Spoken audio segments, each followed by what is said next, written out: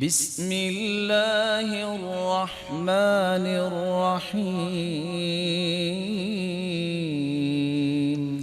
میری زبان سے ایک کلمہ نکلتا ہے، عبادت بن سکتا ہے۔ لا الہ الا انت سبحانک انی کنت من الظالمین۔ اس کا فائدہ ایک تو یہ ہے کہ یہ کلمہ پڑھنے والا کتنا اللہ کا پیارا بنے گا قیامت کے دن۔ دنیا کا فائدہ کیا ہے؟ لم يدع بها رجل قط الا استجاب اللہ لذلك۔